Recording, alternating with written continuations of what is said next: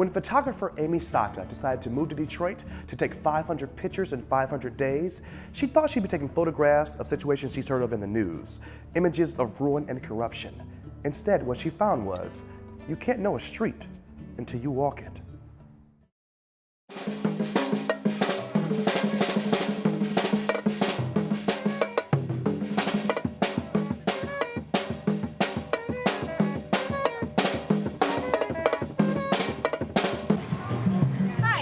Amy Sacka, and the name of my photography project is Lost and Found in Detroit.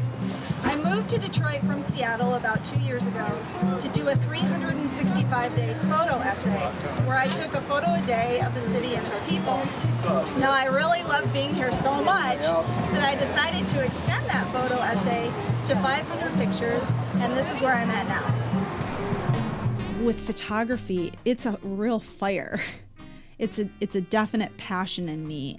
What I've discovered, especially in taking photos of people, it lets me see another world. By connecting with another person through the camera, I get to see who they are, and I love that connection. I love not only seeing the beauty in them, but what does it bring out in me? How can I create something beautiful, but also how can I bring out something beautiful in you? I get very excited about that. For me, a lot of it is about connection. It's about connecting with other people and sharing their beauty. And again, seeing that beauty come out in me. Wow, this is me at my best when I'm so focused, I'm so into what I'm doing, I'm so into the other person that I really feel alive. And I think people need more of that in their lives. I'm not normally attracted to fire, and the fire was in the background, and then there was this man, and he was looking at me. It's almost like he was confronting me too.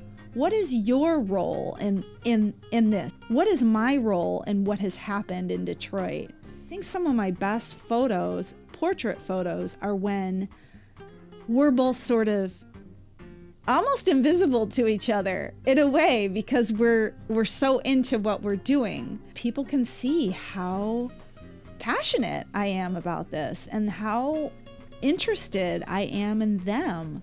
I think you need to be very relaxed in that circumstance to where the other person also feels like you're not taking from them, that you are. I think people can sense that. Are you trying to take something from me, or are you trying to show something through me? And that is what I want to do. If I am not at that point, I'll abandon the situation.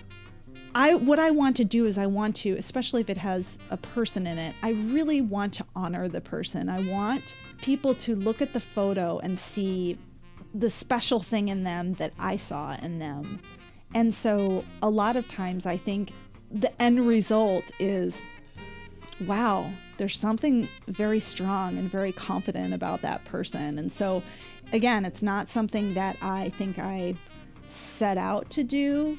It just happens.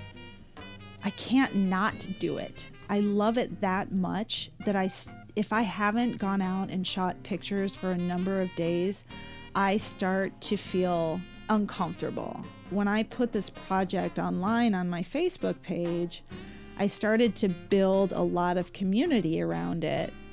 Suddenly, I have a group of people who are kind of holding me accountable too. I said that I'm going to do this. It's just like when you run a marathon or when you do something, you have a goal. They always say you need to have a support system around you. And that's been the beauty of the Facebook page and some of the other social media sites, is that I suddenly have this people who care about what I'm doing. They're connecting to the city through my photos. They're sharing their own stories about Detroit on the social media site, which again adds a whole other life to my project, because I have friends that I've met through my project.